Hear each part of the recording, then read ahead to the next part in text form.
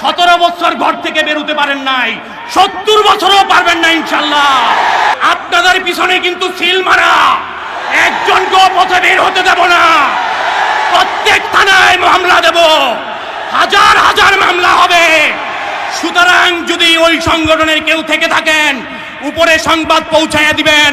ইসলামী আন্দোলন বাংলাদেশ ঢাকা মহানগর দক্ষিণ স্পষ্ট চ্যালেঞ্জ দিয়ে যাচ্ছে, এই মামলা প্রত্যাহার হবে। শুধু প্রত্যাহার না, যারা মামলা চেয়েছেন, যেই জায়গায় ক্ষমা চাইলে ক্ষমা হয় সেই জায়গায় ক্ষমা চাইবেন, আর না হলে চ্যালেঞ্জ অ্যাকসেপ্ট করুন। আপনারা মামলা দিবেন, আমরা মামলা দিব। কত থানায় কত মামলা আপনাদের নামে দিব। পুলিশকে অনুরোধ করব, সজাগ হন, সচেতন হন। আমরা যেমন থানা পাহারা দিতে জানি, যদি আমির নির্দেশ দেয় একটা গাড়ি চলতে পারবে না, একজন পথে দাঁড়াইতে পারবেন না। নমুনা দেখেন নাই 5 তারিখের পরে থানা আমরা পাহারা দিয়েছি। সুতরাং স্পষ্ট করে বলতে চাই, এই যে মামলাবাজদের উদ্ভব হয়েছে, আমাদের কাউন্সিলরের নামে নাকি মামলা দিয়েছে, ভাই এটা কি? আমাদেরকে কিন্তু আপনাদের মতো হইতে বাধ্য করবেন না। আপনারা মামলা দিলে আমরাও মামলা দিতে জানি। সুতরাং মামলাবাজির খেলা যদি শুরু হয়, আমাদের কারো পিছনে কিন্তু কালো দাগ নাই। আমাদের কোনো নেতা সন্ত্রাসী না, আমাদের কোনো নেশা চাঁদাবাজ না, আমাদের কোনো নেতা খুনি না। আমাদের প্রাণপ্রিয় কাউন্সিলর 67 নং ওয়ার্ডের জনতার কাউন্সিলর, 75টি ওয়ার্ডের কাউন্সিলের মধ্যে শ্রেষ্ঠ কাউন্সিলর হাজী ইব্রাহিম উপস্থিত। নগর থানা সহযোগী সংগঠনের দায়িত্বশীল বৃন্দ এবং সমবেত তৌহিদি জনতা, বক্তব্যের শুরুতেই স্মরণ করতে চাই, যাদের জীবনের বিনিময়ে আমাদের উপর চেপে থাকা এই স্বৈরাচারকে আমরা অপসারিত করতে পেরেছি, তাদের আত্মার মাগফিরাত কামনা করছি। যারা অসুস্থ হয়ে হাসপাতালে কাতরাচ্ছে, তাদের রোগ মুক্তির কামনা করছি। প্রিয় ভাইয়েরা আমার, স্পষ্ট করে বলতে চাই, ইসলামী আন্দোলন বাংলাদেশ 1987 সাল থেকে ধারাবাহিকভাবে এদেশের সকল অপশক্তিকে অপসারিত করে বাংলাদেশকে একটি কল্যাণ রাষ্ট্র প্রতিষ্ঠার পানে এগিয়ে যাচ্ছে। তাই 87 সাল থেকে আজ পর্যন্ত ইসলামী আন্দোলন অন্যায়ের সাথে আপোষ করে নাই, ক্ষমতার সাথে আপোষ করে নাই, তাগুদের সাথে আপোষ করে নাই।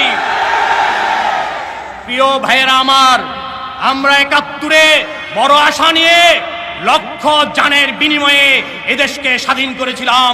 স্বপ্ন ছিল এদেশকে সাম্য, মানবিক মর্যাদা, সামাজিক ন্যায় বিচারের ভিত্তিতে একটি কল্যাণ রাষ্ট্রে পরিণত করব। কিন্তু আমরা কি দেখতে পাই? আমরা জীবন দিয়েছি, আমরা পঙ্গু হয়েছি, আমার মায়ের লাঞ্ছিত হয়েছে, কিন্তু আমরা বিজয়কে পাহারা দিয়ে রাখতে পারি নাই। ভাইয়েরা আমার, 72-এ যেই সংবিধান আমাদের উপর চাপিয়ে দেওয়া হয়েছিল, সেই সংবিধানের সাথে এদেশের এই লক্ষ কোটি মুসলমানের কোনো সম্পর্ক নাই।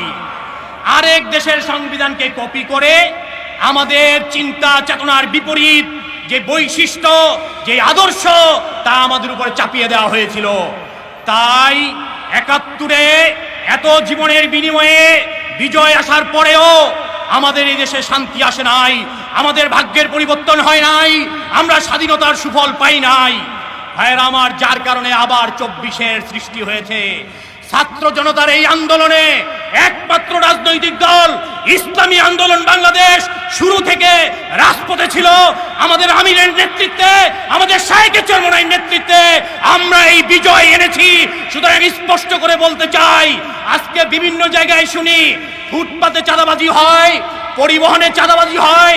ভাইয়েরা আমার, যারা আপনারা ফুটপাতে ব্যবসা করেন, যারা পরিবহনের সাথে জড়িত, আপনাদেরকে স্পষ্ট করে বলতে চাই, 1 টাকাও চাঁদা দেবেন না।